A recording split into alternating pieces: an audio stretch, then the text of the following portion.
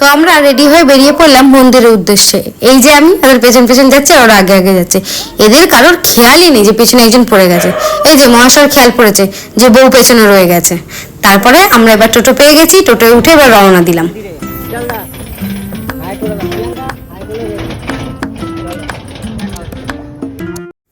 তো আমরা পৌঁছে গেছি মন্দিরে। ওই যে দেখা যাচ্ছে যোগদাদার বাড়ি, বলে জয় জগন্নাথ। তো এবার আমরা মন্দিরে ঢুকবো, তার আগে ফোন টোন সব জমা দিয়ে দিতে হবে। তো জমা টমা দিয়ে আমরা মন্দির দর্শন করে বেরিয়েছি।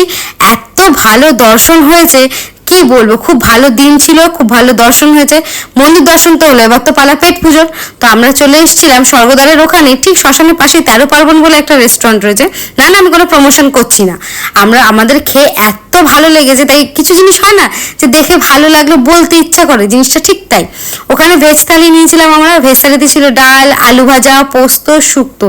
এত সুন্দর খাবার, মানে খেয়ে আমাদের পেট ভরে গেছে, মন ভরেনি। আমাদের খেয়ে দিয়ে খুব ভালো লেগেছে।